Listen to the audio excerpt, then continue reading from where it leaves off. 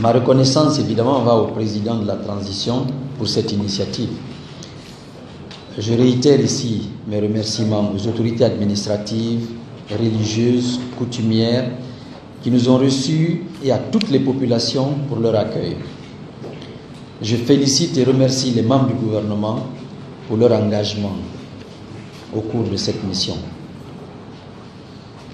Nous venons de passer 4 semaines d'immersion à l'intérieur du pays avec tous les membres du gouvernement. Cette tournée nous a permis d'écouter nos compatriotes des différentes couches socio-professionnelles et de partager leur difficile quotidien. J'ai eu l'occasion de le dire au président de la transition dès notre retour. Nous avons vu et nous avons compris. Cette tournée était nécessaire pour répondre de façon plus efficace à la volonté de refondation du CNRD. Chers amis, chers compatriotes, le constat est douloureux, il faut le reconnaître. Nous avions une compréhension de ce que nous croyons être la Guinée, mais la réalité est encore plus violente.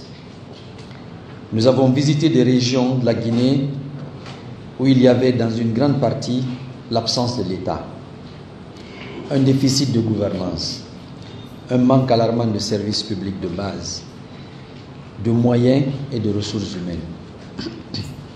Pour l'ensemble de la mission, un rapport consolidé sera présenté dans les prochains jours au président de la transition. Les rapports consolidés des ministères regroupant les actions prioritaires par région sont déjà en cours de finalisation.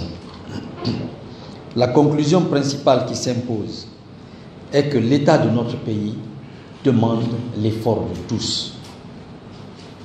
Il est temps que les Guinéens se mettent ensemble pour travailler. Nous n'avons pas le temps de nous diviser et de multiplier les querelles. Les Guinéens souffrent. Nous avons les moyens de réduire cette souffrance. Cela se fera par le dialogue et dans la paix. Aujourd'hui, plus qu'hier, une union sacrée s'impose entre les Guinéens. Au nom du président de la transition et du CNRD, je nous invite tous à un sursaut national. J'appelle toutes les forces vives de la nation autour de la table du dialogue. Je vous assure de ma détermination et de celle du CNRD et de mon gouvernement à travailler main dans la main avec tous les acteurs concernés pour rendre ce dialogue le plus inclusif et le plus constructif possible. Notre objectif est unique, celui de créer un environnement qui permette d'améliorer durablement les conditions de vie de nos compatriotes. Il n'est jamais trop tard pour se retrouver et aucun sacrifice n'est de trop dans la construction de notre chère nation.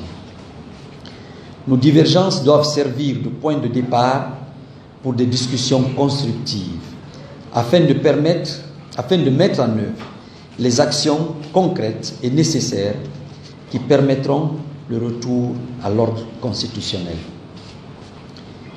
Une invitation sera adressée par le ministre de l'Administration du Territoire et de la Décentralisation à tous les acteurs politiques et sociaux pour une rencontre que je présiderai moi-même dans les prochains jours, pour définir ensemble les modalités d'un véritable dialogue sans tabou, franc et inclusif.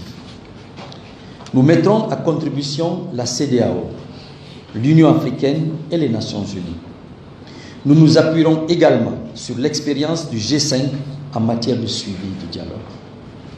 Je compte déployer toute mon énergie pour qu'ensemble nous exploitions toutes les possibilités de convergence, d'union et de stabilité offertes par le dialogue.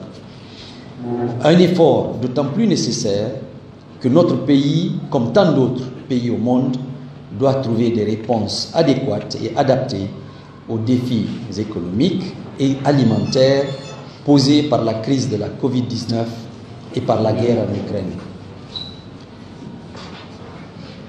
Ensemble, nous avons la responsabilité collective de réussir cette transition. Cela passe par des espaces d'échange constructifs que nous devons créer.